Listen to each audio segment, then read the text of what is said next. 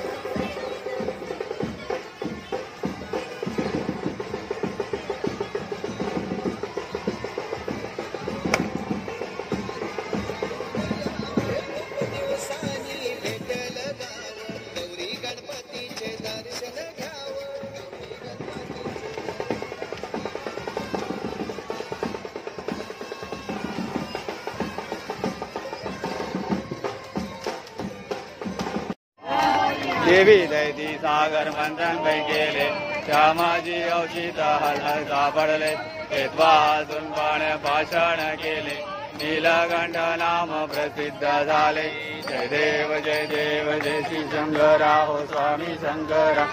आरती ओ वाणो जय देव जय श्री शंकरा हो स्वामी शंकरा